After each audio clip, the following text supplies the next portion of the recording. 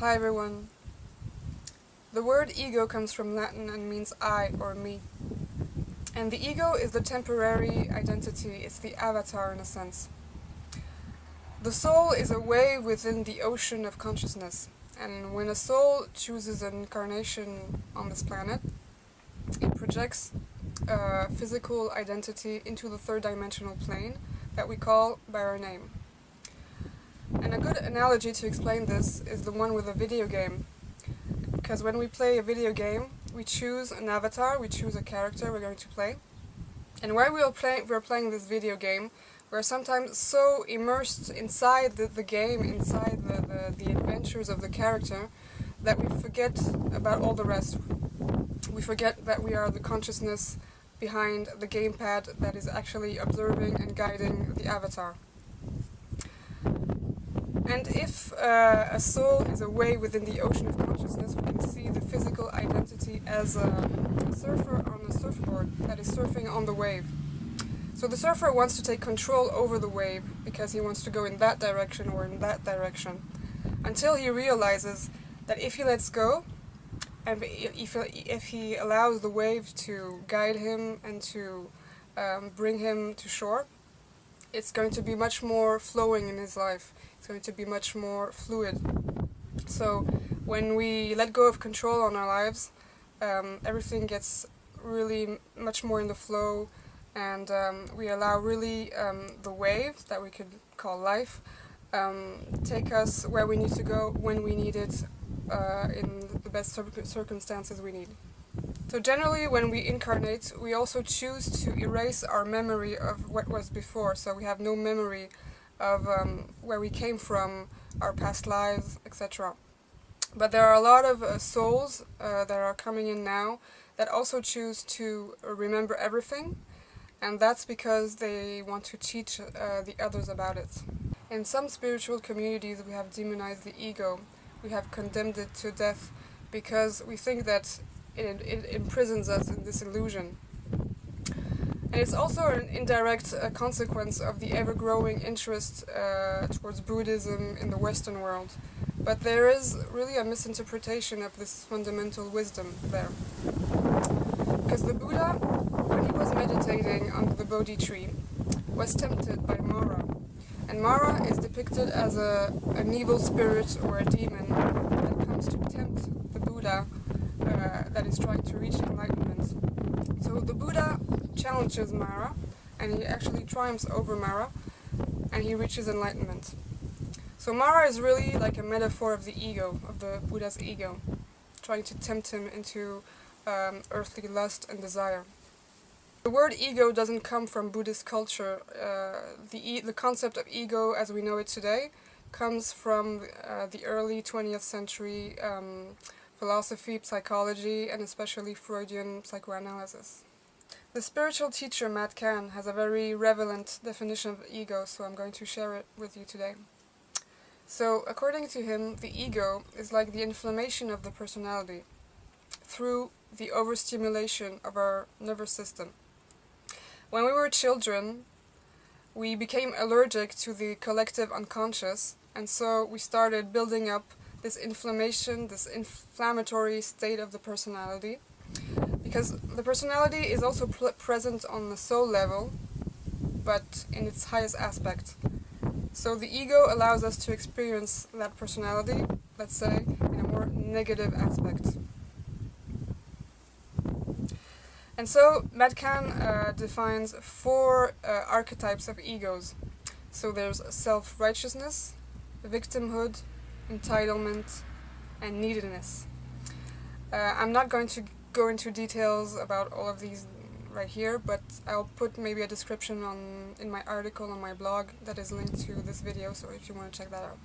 Our ego is formed during our childhood at the age of 6 or 7, the age of reason. It's also at that age that the rational mind is formed. Before that, small children cannot conceptualize of themselves like we do as adults. They don't know where their identity starts, where it finishes. They are very open towards the world, and they are like sponges, absorbing everything from their environment, from their parents, from their families. as we know what kind of world we are living in, we've all experienced trauma growing up. And this trauma has triggered this defense and survival mechanism within us, and that's the ego. Because the ego thinks its mission is to protect us and it's to guarantee our survival. So I like to see the ego as the Halloween mask that our inner child is wearing to protect itself. And it's actually really funny because as a therapist, when I work with people in therapy, even before the session begins, when we have a little chat, I can already sense and hear the inner child speaking behind the mask. And this happens also when I watch videos. So for example, when I'm watching a politician speak, I can hear his inner child speak behind the ego, which is really funny. When we were kids, our survival has been jeopardized by our education, which was based on conditional love and not unconditional love. For example, we've been told, I'll only give you my approval if you behave, or I'll only pay attention to you and be loving to you only if you have good grades in school, etc., etc. And this even more when we are so socialized and we go to school, because the school system is based on a very competitive spirit. Kids compare each other, and so this reinforces the separate identity structure. But the child is very innocent and very open to the world, and children really wear their hearts on their sleeves, so it's like they run around with their arms wide open to share and receive the love from others, but very often in exchange they only receive a slap in the face. So this creates the trauma I was speaking about, for example, and this triggers the survival mechanism, and this is why the ego thinks it has to save us. And so in order for that never to happen again, it will just take the steering wheel of our life and try to control everything and just shut down. And the mask I was speaking about just earlier becomes really this wall that we put between ourselves and the rest of the world. And this wall is very often filled with bombs that are ready to explode. And sometimes just a simple statement will trigger a very violent reaction within our being, because it's the ego that thinks that he is attacked, that the external world wants to destroy him. The ego sees the world vertically. This means he can only think of himself to be superior or inferior, and through comparison. So for example, a superior ego will be more like the proud, narcissistic type. People who always want to be the center of the attention, who always want to be above others, at the expense of others. Or an inferior ego, on the other hand, is the more shy type person, extremely humble, that never wants to be the center of the attention and always thinks of itself to be less than, and avoids attention.